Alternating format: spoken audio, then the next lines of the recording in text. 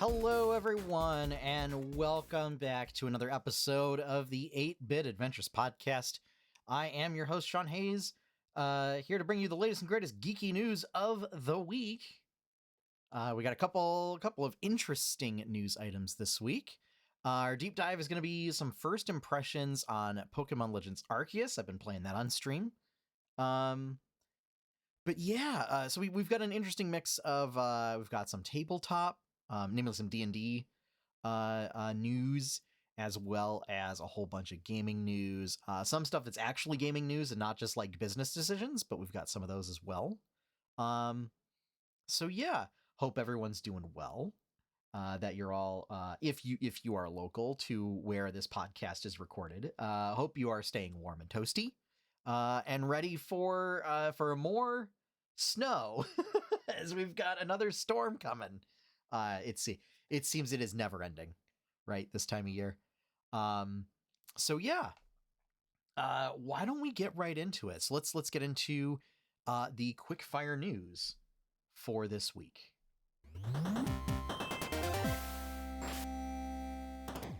All right, so first up, seems like not to be outdone by Microsoft. Sony Interactive announced a $3.6 billion deal to buy Bungie, formerly known as the developers who worked on Halo, but are now pretty much known for Destiny. Yeah, this is almost entirely in reaction to Microsoft's move to buy Activision Blizzard. But you'll notice this, it only encompasses like one studio, but big difference in price. Where, Microsoft spent, $68 billion in change for Activision Blizzard King. And this is like $3.5 billion for Bungie. So, a little difference there. But this is pretty much so that Sony can get Destiny. I did see a meme of folks pointing out to Sony, like, it's free on Steam, right? But I think ultimately this is so that Sony can leverage Bungie's development expertise, I guess, and Destiny, and be able to try and push some exclusivity for whatever they may do next, I think is where we're going with that. But we'll see what further developments may shake out of there. Again, I don't think there's going to be any regulatory issues with this going through. Because as I said with the Activision Blizzard King purchase, like, that's a much bigger purchase, and that would attract more attention. But the fact that Disney was able to buy, Marvel, Star Wars, and Fox without issue, like the entertainment branch of Fox without issue, I don't see this being a problem, regulatory wise. So, we'll keep you posted if there's any further developments on this. Next up, Monsters of the Multiverse. So we have on the graphic here the official release date is May 17th, 2022. This book, however, is available now as part of the box set, along with Tasha's Cauldron of Everything and Xanathar's Guide to Everything. It's a little bit of a scumball move from Wizards of the Coast of releasing a book 3 months early, 3.5 months early, as part of a gift set with 2 books that pretty much everybody that plays D&D already has, or it forces you to wait until May. But anyway, that's my own personal feelings on the matter. However, this book is largely a lot of reprinting and reorganizing of existing content. So, what it does is it brings a lot of the sort of race options in D&D that were outside of the player's handbook, collects them all into one book, which, the main advantage for that would have been Adventurers League with their player's handbook +1 requirement, but they have done away with that. It's mostly to consolidate for newer players. uh, and sort of bring them into what is now considered the design standard, which was optional rules in Tasha's. So there's some consternation about that. I think it's baloney. Personally, I think it's from people who come from wanting a internally, what's the word? Internally consistent system, as opposed to one that makes more sense narratively, and gets away from some sort of ticky-tacky issues that D&D has, with like bioessentialism. But ultimately, some of the big overarching changes that you can see are stuff involving short rests, like recharging on a short rest, has gone away in favor of abilities being used a number of times per day equal to your proficiency bonus, and a lot of stuff circulating around the proficiency bonus.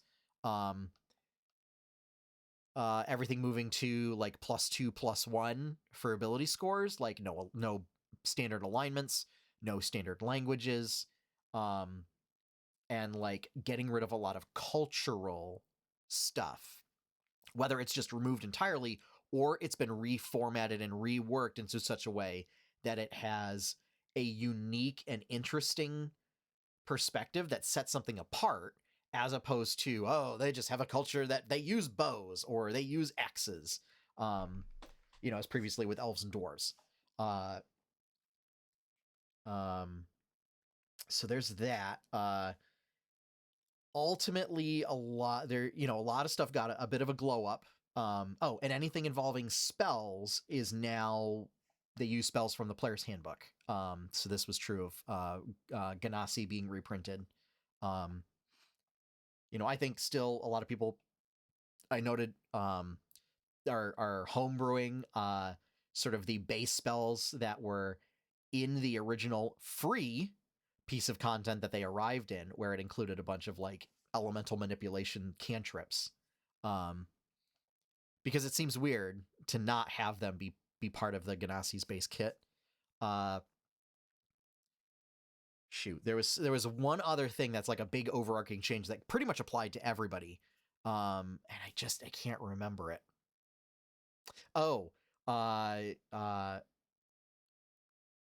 Everything, like all other forms of speeds, are based on walking speed, which means that any improvement to your walking speed now scales that form of movement as well.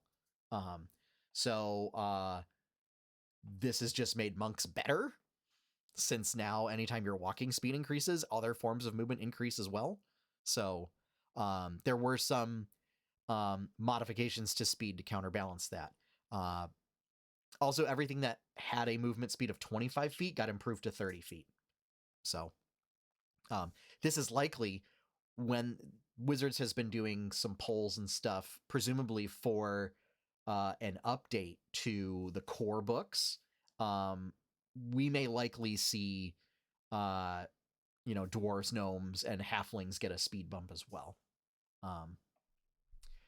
Just to sort of keep everybody on the same page, I guess. And a lot of the lore, the quote unquote standard lore across the multiverse has been changed so that it's not necessarily setting specific, and in doing so kind of removes problematic elements from them and rethinks them in such a way that it's in a more positive light. Like Kenku are one particular case for that, where they are no longer cursed as a species, and instead, and that they don't have like mechanical limitations, which sometimes folks ignore because they can become disruptive and silly, but and instead paints them in a much more positive light, and gives them more like that mechanically they didn't really do a whole lot as far as mechanical changes, but by changing the flavor a bit, allows people to rethink how they think about them, so that instead of like being forced to live as like thieves and burglars, it's now also like archivists and historians and scribes and things like that, because um, even just something as simple as like perfect recollection or like perfect diction or something, of like being able to effortlessly recreate a visual or written piece of work is different than saying like, oh, you're an expert forger. uh so it takes it from like essentially keeping all the same skill sets but removing sort of the criminal element from them, and just painting them in a much more neutral or positive light. Also, uh sub races, now it's just everything's just distinct, instead of just being like you have elf and then you have wood elf, high elf, and all that stuff.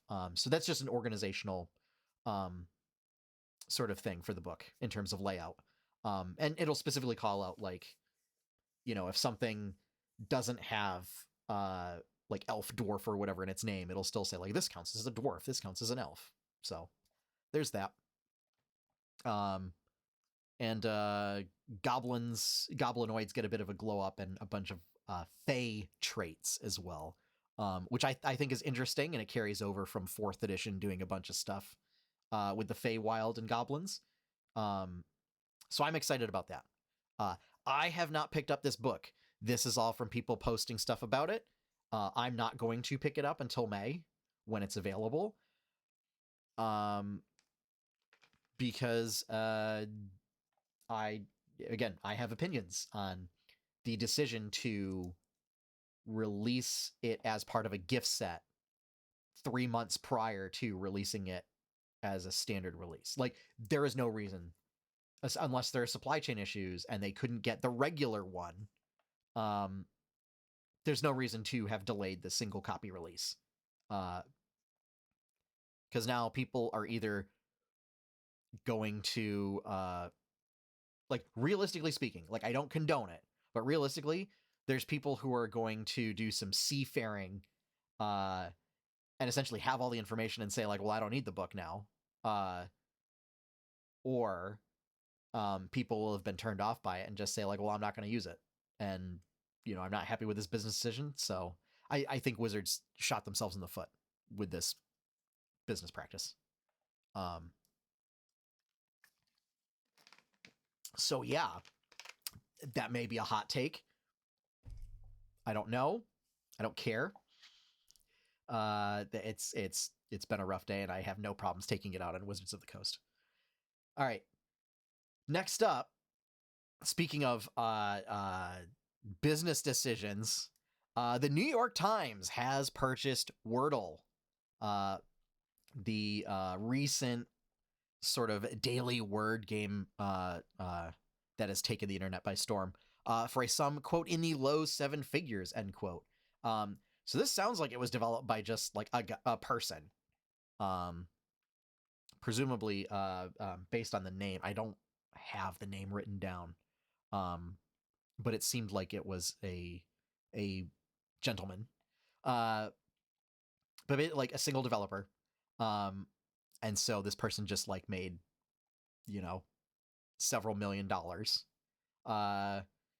For the time being, the New York Times has said that it's going to keep it free, but they want to add it to their offerings of word games and puzzles. Cynical belief is it was competing with the New York Times crossword puzzle, which is behind a paywall. And so people were doing this as opposed, and this was super popular, whereas the New York Times, like, their crossword puzzle is known for being the standard, but you have to pay to access it, and it's fairly expensive for just a crossword puzzle. So we'll see. We'll see how long Wordle lasts before it gets put behind a paywall. And once it does, I think you're going to see the popularity drop right off. Or that people are just going to move on to a clone of Wordle that's like slightly different and therefore legally distinct. So ultimately, people with far too much money doing far too silly things. So, all right. Next up, I should have put this. Oh no, we didn't talk about Blizzard yet. So no, um so once again, sort of like last week, no dire legal news for Activision Blizzard. Shocking, I know. Another week without an actual game news. But this one is Blizzard is testing cross-faction dungeons, raids, and rated PvP. So what this means is that you will be able to, when you set up groups to do raids and stuff like that, you will be able to queue up with members of the opposing faction. And there are specifications for like disallowing cross-faction. And while you're in the dungeon, like everybody's treated as friendly and everything, but like once you're back outside, is once again unfriendly at best or hostile at worst, depending on whether you play on a PvE, PvP server, or you have war mode on, or whatever. This is not being extended to guilds, so there's a lot of folks who are, there's a lot of folks excited about this because ultimately the lore of World of Warcraft has moved away from the factions being hostile toward each other time and time again, and like having this truce or actively working together, or having factions that are like having factions in game that are literally cross faction, like the Earthen Ring, or the Cenarian Circle, or other factions like that, where it's like it doesn't make any sense. Like it makes more sense to have something like the Cenarian Circle be a faction that you can pick instead of Horde or Alliance than it does to have Horde and Alliance. So a lot of folks think this may be pressure from Final Fantasy XIV, where, I mean, you pick technically you pick a faction, but it doesn't really matter. Or the same thing with ESO, where newer MMOs are moving away from having, like, it's, there's no point in having opposing factions if you're just going to be a bunch of mercenaries and go out and do mercenary work, and especially if you have factions in game that are cross-faction anyway. But cynical take is, without there being cross-faction capability for guilds, this isn't going to do a whole lot to fix server balance for like endgame raiding, because if you need to be in a raiding guild to do like progression raiding, then you're still going to have to pick a faction that matches the rest of the guild. So, but this could be a step in the right direction. And yeah, maybe we might get, it would certainly solve the problem of stuff happening currently. And it's not like you can't still have stuff happen in game where there is conflict.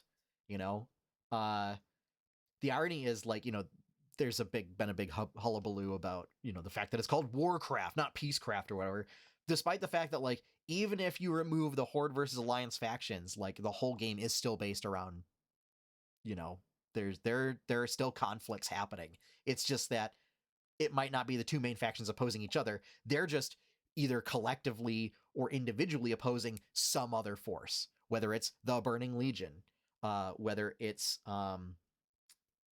the Lich King and his forces, whether it's the old gods, whether it's, I don't know, there's all sorts of other stuff. Whether it's ogre tribes in Nagrand in Outland, whether it's dragons, the Black Dragon Flight.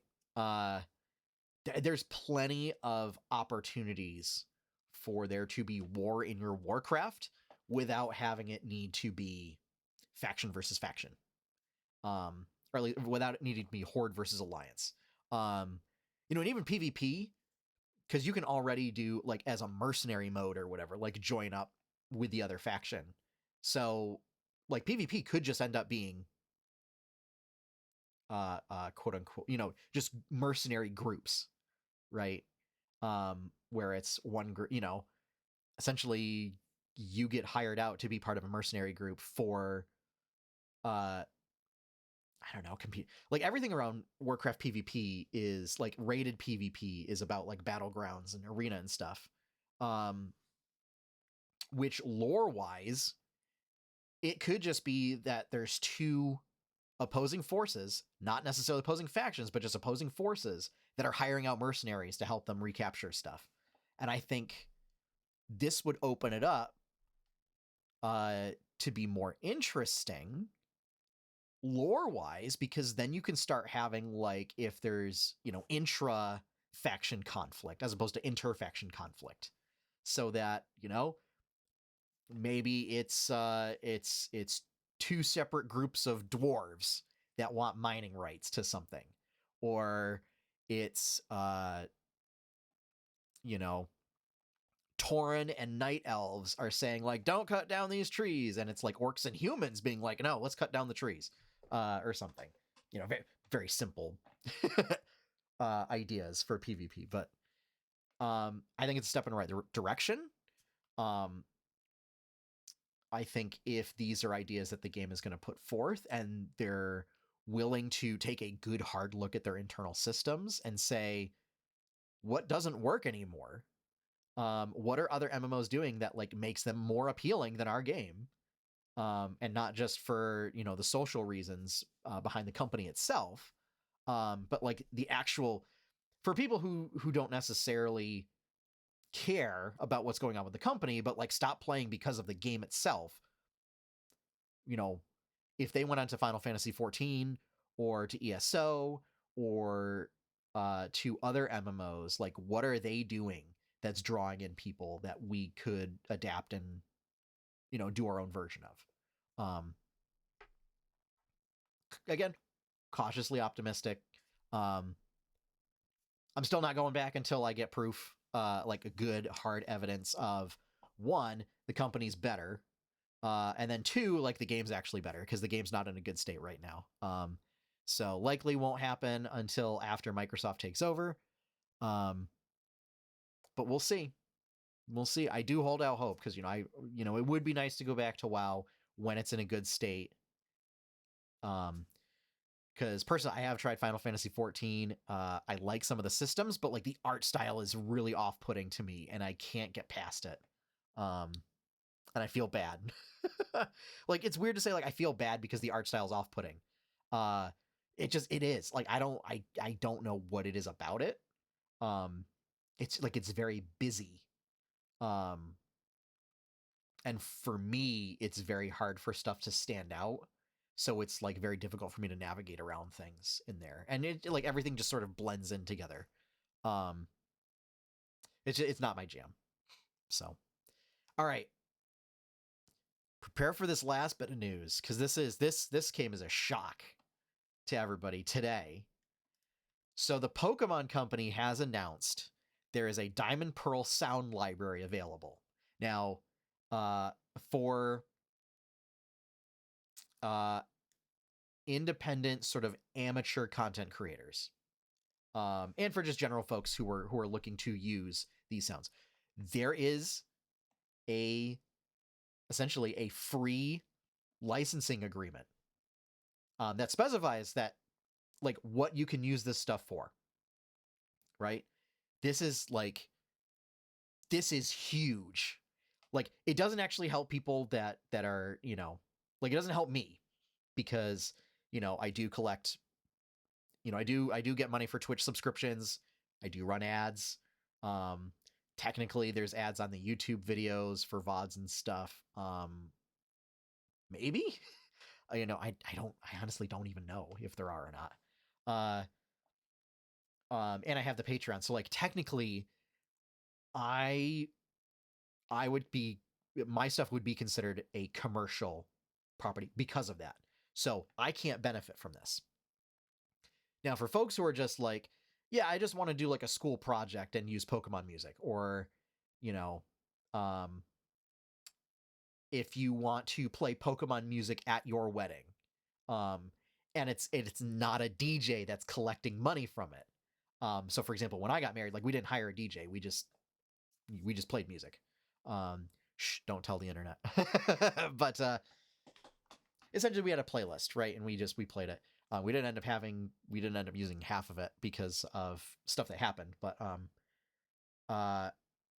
this allows you to legally be able to, as long as it's not a commercial project and as long as you follow the guidelines of the terms of use, you have access to be able to use these songs in personal video and music creation. So it also allows you to do covers as long as you're doing them for fun and you are not collecting any ad revenue or subscription revenue or anything like that from it. Again, I would love it to go a step further and have like an affordable license be available for smaller independent content creators. This is a huge first step, especially in light of the news that Nintendo just like apparently took down or sent like 3,500 like content ID requests to some, I don't know, some YouTuber. I don't know the name. But like this is big. And it is apparently sound effects and music from Diamond and Pearl. So whether we start seeing this happen with other generations, I don't know. This may be a test case for them. I think ultimately, I'm for one shocked because I'm normally quite cynical of what Game Freak and Pokemon Company do, but like I'm kind of shocked they didn't start with Red and Blue for once. I think it's because they did the Diamond and Pearl remake recently. But I would imagine if this goes over well, we'll see a Red and Blue sound library as well, since that's iconic. Like Lavender Town is probably one of the most remixed pieces of music from Pokemon. So I would expect to see other editions or other generations coming as well. But it would be really nice to have them see, like, if this is successful, to then start opening up, like, again, like you could even have the same license terms and, do something like Monster Cat, where it's a low monthly payment that you pay, and you get access to those that you can then use for YouTube and Twitch and things like that. And it's just literally like, it's not remixes or covers or anything. It's just straight up, sound effects and music from the game. Yeah, this is great. Like if you're like a student, wanting to do it for a school project, and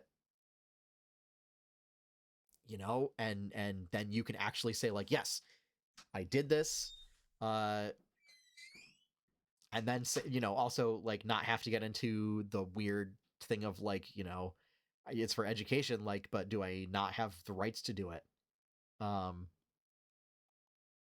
Yeah, now this solves it. Again, Diamond and Pearl, so, take it with a grain of salt. But I mean, if you want to make here's the thing, if you want to do some sort of remix that is just a sample of the Pokemon cries of Turtwig, Grotle, and Torterra, you can now do that as long as you're just doing it for fun. You can post it to social media, you can post it to anything that distributes stuff. You just can't collect ad revenue. And here's the thing, like they even specify, like they have questions to specify, like, well, what if I collect ad revenue but donate it? Like, nope, you can't do that. So yeah, I mean, this is shocking. It shocked me. I was like, wow. Like something that falls under the portfolio of Nintendo actually made a sensible 21st century business decision. Which, like, for anybody that's ever thought of me as a giant Nintendo fanboy, like, no, Nintendo, they make all sorts of weird businesses, especially around licensing to content creators. Like, they're bad. So this is awesome. It's not quite there, not fully quite there yet, but it is a huge first step. So I think ultimately, if it proves to be really successful, I could see them saying like, oh, well, like I don't understand how somebody didn't walk in and be like, hey, if you charge like $5 to $10 a month and offer a license like for this stuff for commercial purposes, you know, um, and even have it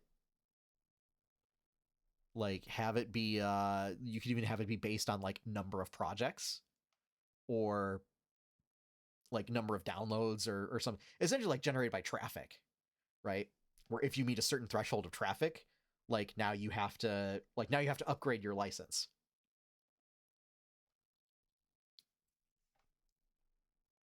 And like I'm sure that would be easy to track, because you already use Content ID, so just use Content ID to then throw a ping if somebody uses it, and then just go look at the metrics for that video, and then just say, oh, hey, your video has now reached this certain threshold.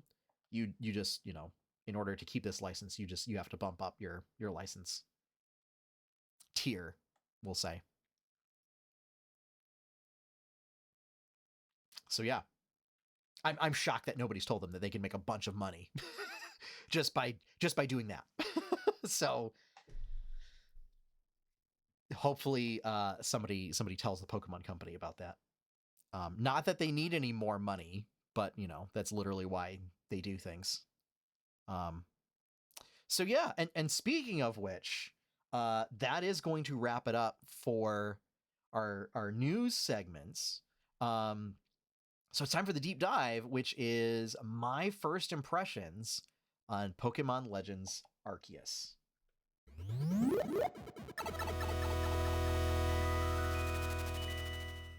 Okay, so for this discussion, I'm going to try and stay away from story spoilers, but I may talk about mechanics, but I'm going to talk about mechanics that pop up within the first 4 or 5 hours of gameplay,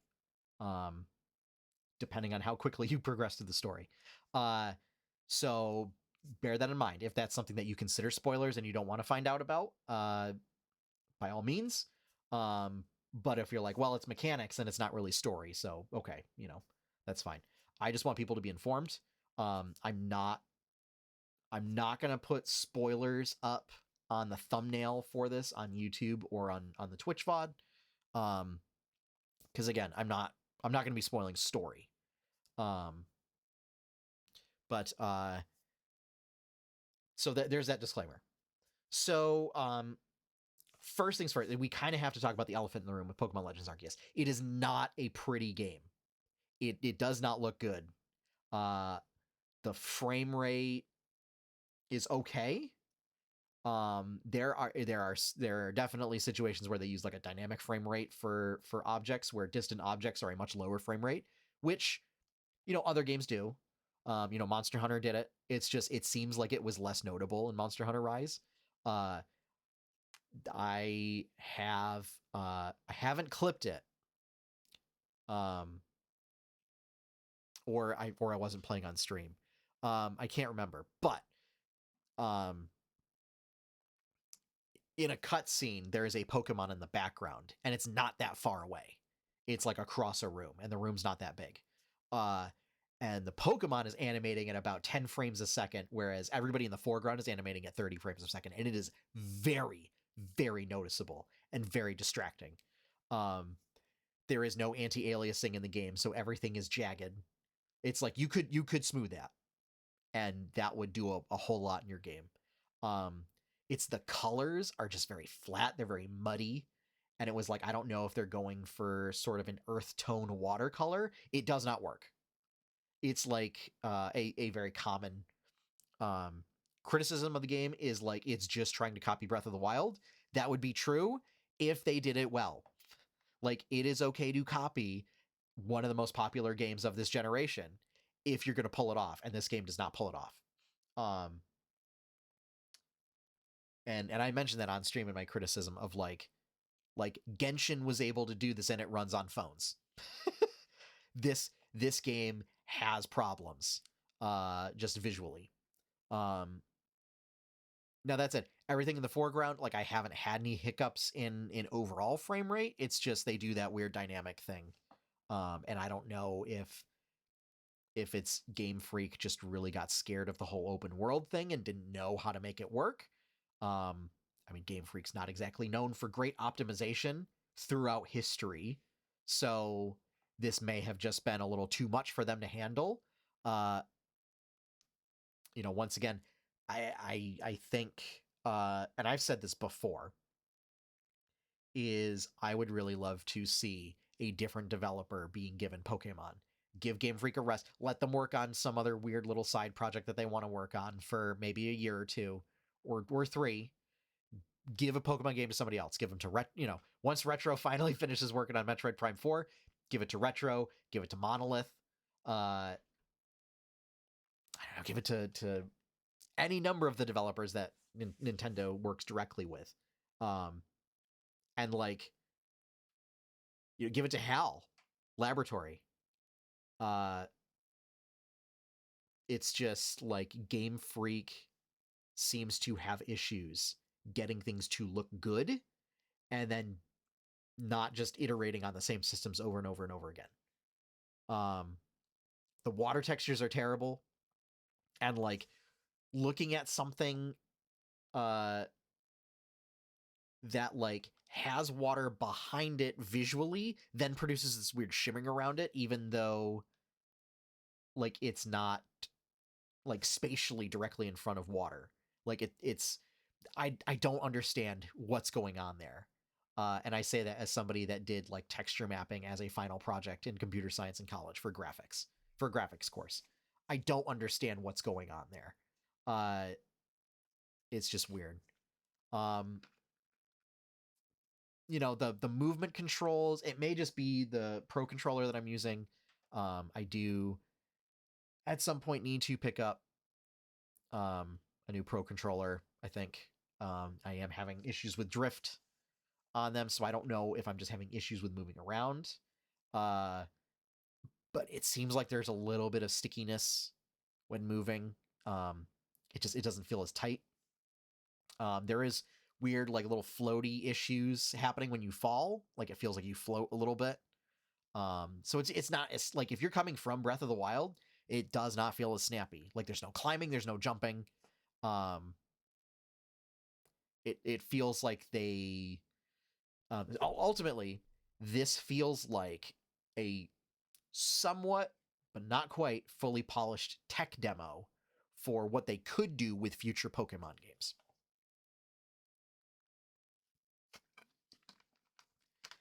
And I mean, that's fine. I just wish they would put a little more polish on it. Now that we've gotten that out of the room, I think a lot of the gathering systems, they work. I wish you essentially when you want to gather resources, unless it's an herb that you pick up out of the ground, for things like berries and apricorns, there's stone and metal in the game. You have to throw your Pokemon at that resource and then they just bop it and it makes it fall out. That's an interesting little mechanic, but ultimately you can use any Pokemon to do that. I would have wished that they, as a way to do HMs, had it require certain types of Pokemon that you could have included as a field move type thing. So certain Pokemon that you don't need to teach them cut, but they come with cut, or they come with strength, or they come with rock smash, or something like that. And you need a Pokemon with rock smash to smash iron ore, or you need a Pokemon with cut in order to chop stuff down in order to get apricorns, or Pokemon with headbutt, in order to headbutt trees and knock stuff down. I wish they would have done that. Because I think that would have brought an interest in sort of like Monster Hunter Stories had, where you wanted to get a good mix of field moves. but there weren't so many field moves that you often felt that you had to rotate things out of your team. Like, you could still build a team that you wanted.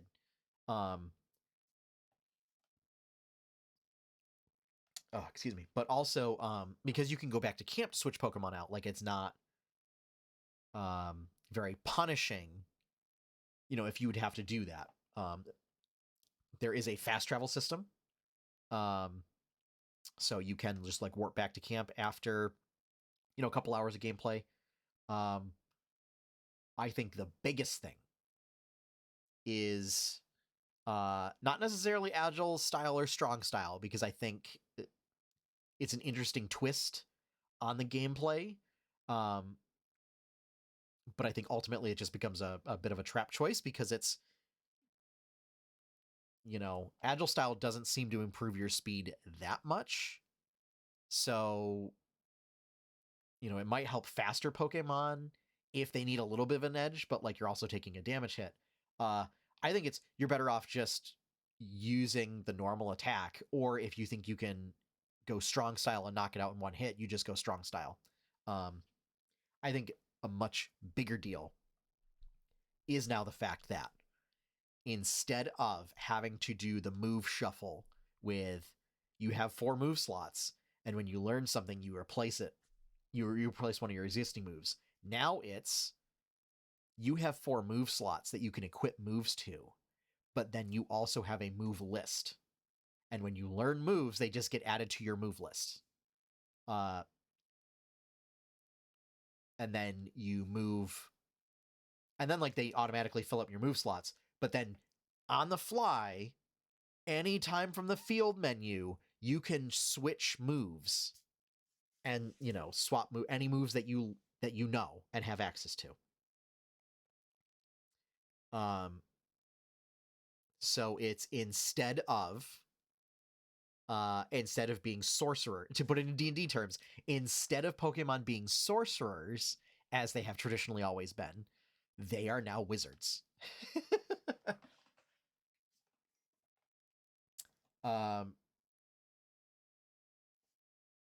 Sorry, I'm getting texts that I don't want to respond to right now. So I think that's huge for Pokemon.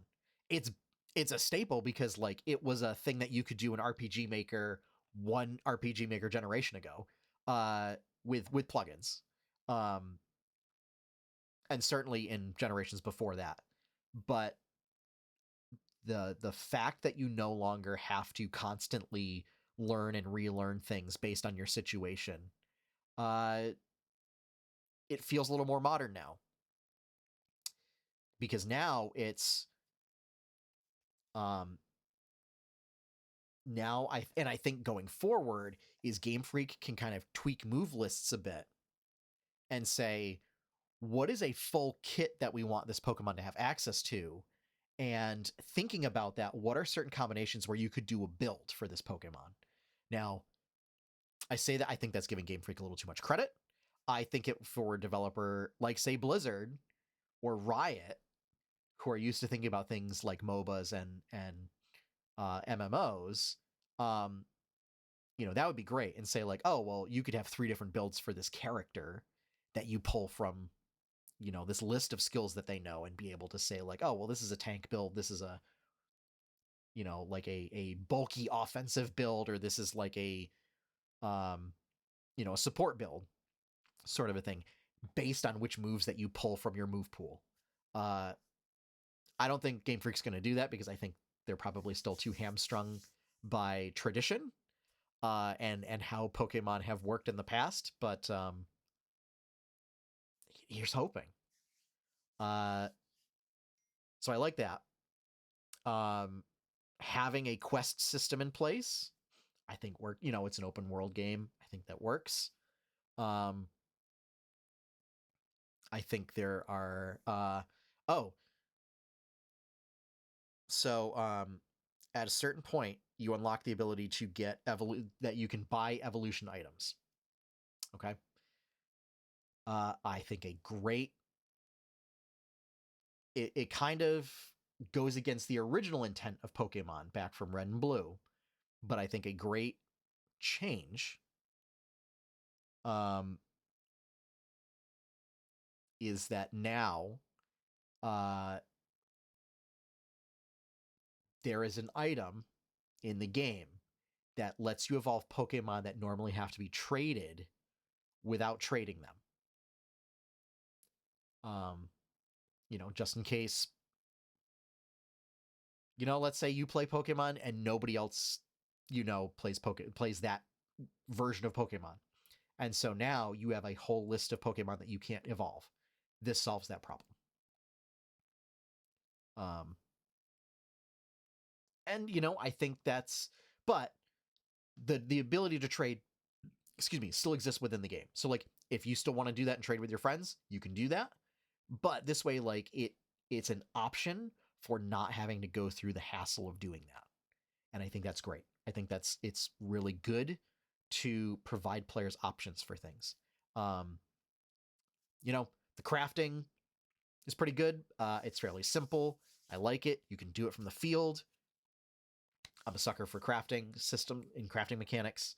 Have not encountered any fishing yet. So we'll have to see. I don't know. I don't think we're going to get fishing, folks. And this is kind of a big deal for me. But yeah. I mean, I think all in all, again, I'm trying not to do story spoilers. So, I think some of the button assignments are, they feel a little off, but they're doable. They're workable. I think you have to like push the joystick in order to toggle running. Whereas like B is to crouch and hide. And I think I would have swapped those. And there's no jump button, which seems weird for like an open world game, like with mountains and everything. So, they do give you like a dodge ability after maybe like an hour of gameplay. So often I'm finding myself using that as a jump, but it's like a horizontal jump as opposed to a vertical jump. Still, it would have been nice to have a vertical jump. So yeah, and then alpha Pokemon are a thing where they're just like essentially elite version of Pokemon that are out in the field. Provides a nice challenge for going out, and catching a bigger, stronger Pokemon that might know specific moves. And it's ultimately the battles in this game. I will say, so story-wise, the battles in this game are a little on the more difficult side. So I think that's where everybody that was hemming and hawing about not being able to turn EXP share off, because that's a standard in the game. I don't know if that's really an issue. It's also, if you want to level one Pokemon and not others, Pokemon get whichever Pokemon you use to get gathering experience, to gather gets experience. That is not shared, whereas battling shares it among everybody. So you could just go around and like collect ore or collect berries or whatever with one Pokemon to level them up, and do it that way. If you're worried. And I've done that, like, to help like get Pokemon that have fallen behind caught back up. Because it's an open world game. I'm used to open world games and RPGs. I'll go around, I'll collect everything. So that ends up being a lot of experience. I think the capturing mechanics are nice. I do like that there are different types of Pokemon behaviors out in the field, where it's friendly, fearful, or aggressive. I'm worried that, like, as I get later in the game, it's just going to be more and more Pokemon are aggressive. Which my hope would be that, like, even more powerful Pokemon would still be fearful, right? And still just be like, oh no, I'm going to run away. Or if the game's difficulty is just making everything aggressive towards you. It's essentially putting in a little bit of an aggro system, but also, like, for some Pokemon, their aggro is to just like run up to and be like, oh, hi, welcome to the neighborhood. But there's different, the different types of Pokeballs that you can craft all have different mechanics to them, which I think is neat and interesting, and not just affecting the catch rate, but like literally having if different things happen or different throwing mechanics to them. So I think that's nice. It's a nice addition for me. I still haven't, I haven't gotten super far into the game. So far, some of the boss battles have either been pretty standard or there was one that did have alternate mechanics, but it just ultimately felt silly. And I can certainly talk about that on stream because folks will have already seen it. But yeah, it's like you can get through that boss battle without ever throwing your Pokemon out there to do a Pokemon battle. So that's a little weird. And then just how that boss is presented it feels a bit silly. So yeah, I think overall the story presents many questions and it's a bit weird. But as I said, I don't want to spoil anything. But depending on certain assumption, like if you make a certain assumption about your character, the game gets even sillier with how everyone else, like how all the other NPCs react to you and like treat you and the questions that they ask you. So all right. I think that's been long enough talking about that. You as to whether or not to play it, I mean, there's so many games that are coming out. Like I'm enjoying it when I play it. Don't get me wrong. But I think I need to put more time in before I can actually recommend it to people. Especially if you care about the visuals. I'm gonna say if you are a person that really cares about good looking visuals, I would say maybe pass and wait to see like the next game that Game Freak does that uses these systems. And hopefully they can make it look better.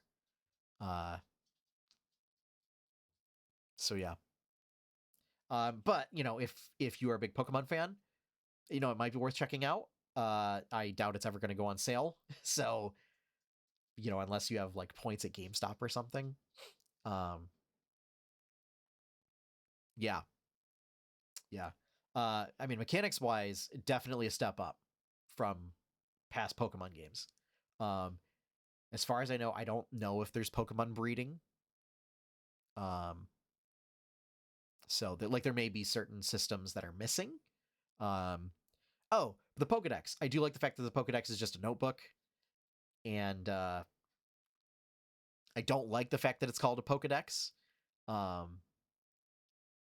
But and the fact that like they give you goals and that's how you unlock more Pokemon data is that like you actually do stuff with the Pokemon and it's as you catch more Pokemon, more information is filled out. Or certain things are like certain Pokemon may need to be use a certain attack or may need to be defeated by a certain element type. And the more you do it, the more information you unlock. So yeah. All right. So we're gonna be done talking about Pokemon Legends Arceus. So before we run too far over, just gonna talk about quest log really quick.